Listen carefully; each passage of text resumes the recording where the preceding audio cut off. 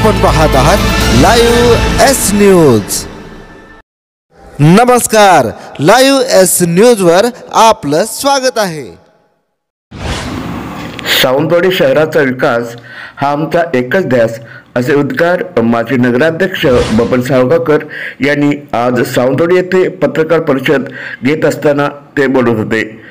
शहरामध्ये अनेक प्रकारचे विविध प्रकल्प राबवणे व रखडलेले प्रकल्प पुन्हा नव्याने सुरुवात करणे हा आमचा प्रयत्न असणार आहे आणि भविष्यामध्ये होत आहे।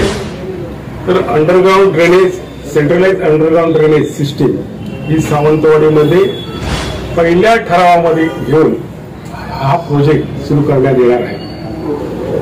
आदरणीय रवींद्र चव्हाण साहेब ज्या दिवशी आम्ही पक्षप्रवेश केल्यानंतर रवींद्र चव्हाण साहेबांनी जो विषय माझ्या समोर ठेवला आहे की बबन, या शहराला अंडरग्राउंड ड्रेनेजचा विषय अत्यंत महत्त्वाचा आहे आणि या विषयावरती आपण काम करावं।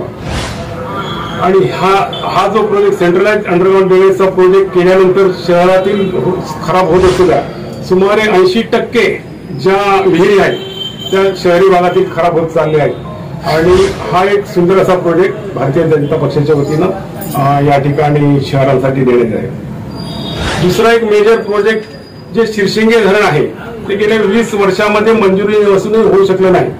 काल पालकमंत्री नितेश राणे साहेब हे भडवडी भागामध्ये आले असताना त्यांच्याशी चर्चा केल्यानंतर त्यांनी मान्य केलं की हे धरणासाठी लागणारा सर्व निधी आपण देऊन हे पाणी शहरासाठी आणून जवळजवळ 24 तास पाणी शहराला देण्याचा भारतीय जनता पक्षाचा प्रयत्न भविष्यामध्ये राहील। महिला सक्षमीकरण असेल, परंतु ही राज्य सुवर्ण जयंती नगरोत्थानमधून ही योजना मंजूर झाली। साहेबांना म्हणलो की साहेब हे असा प्रस्ताव संपूर्ण सादर केलेला आहे, त्याचा डिटेल्स प्रोजेक्ट रिपोर्ट मी 2018 मध्ये बनवला होता आणि त्याच्यानंतर ती स्कीम ही तिथं कोणी लक्ष न दिल्यामुळे ती स्कीम तशीच पडत होती। परंतु रवींद्र चव्हाण साहेबांनी मागच्या वर्षी तो प्रोजेक्ट 64 कोटी रुपये देऊन या शहराला एक खऱ्या अर्थानं हातभार लावला आहे। त्यामुळे त्यांचे मी धन्यवाद मानेनच, परंतु तो प्रोजेक्ट अत्यंत उत्कृष्टरित्या आपण पूर्ण करून घेणार आहे, त्याच्यावरती माझं खास लक्ष असेल। आमच्या कारड्यावरती जो प्रोजेक्ट सॉलिड वेस्ट मॅनेजमेंट म्हणजे घनकचरा व्यवस्थापन, त्या घनकचरा व्यवस्थापनावरती एक सुंदर असा मी प्रोजेक्ट त्या काळामध्ये केला, परंतु नंतरच्या काळामध्ये तो लक्षात दिला गेला नाही। संपूर्ण महाराष्ट्राला आदर्शवत असा हा प्रोजेक्ट निर्माण आपण करू आणि एक आदर्शवत असा प्रोजेक्ट या ठिकाणी भविष्यामध्ये सावंतवाडी शहराच्या सॉलिड मॅनेजमेंटमधून जो वेस्टेज कचरा असतो त्या वेस्टेज कचऱ्यापासून सावंतवाडी शहराला चांगलं उत्पन्न मिळवून घेण्याची या ठिकाणी ग्वाही देतो आहे। येणाऱ्या जानेवारीमध्ये सावंतवाडी पर्यटन महोत्सव हा सुरू केला जाईल। गेले 19 नंतर सावंतवाडी पर्यटन महोत्सव बंद पडला। हा प्रोजेक्ट हा जो महोत्सव आहे हा महोत्सव सावंतवाडी शहरातील अनेक नागरिकांना रोजगार मिळवून देऊ शकतो। सुमारे 20 कोटी रुपयापेक्षा जास्त उलाढाल असलेला हा महोत्सव जानेवारीमध्ये भारतीय जनता पक्ष सावंतवाडी नगर पक्षाची सत्ता बसल्यानंतर आम्ही सुरू करत आहोत।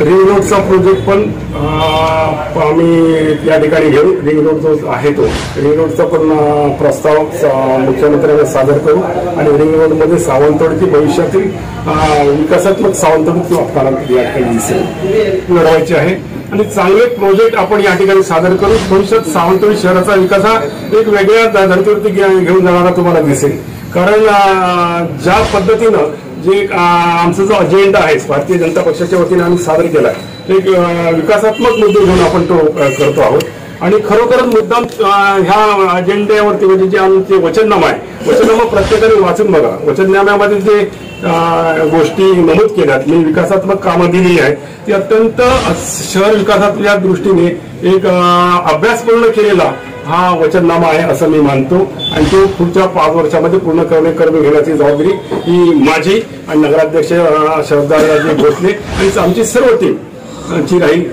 एवढं या ठिकाणी नमूद करतो। एक प्रश्न आहे, आमचा हा व्हिडिओ आपल्यास आवडल्यास लाईक करा, शेअर करा व सबस्क्राईब करा व रहा आमच्यासोबत नेहमी अपडेट। धन्यवाद।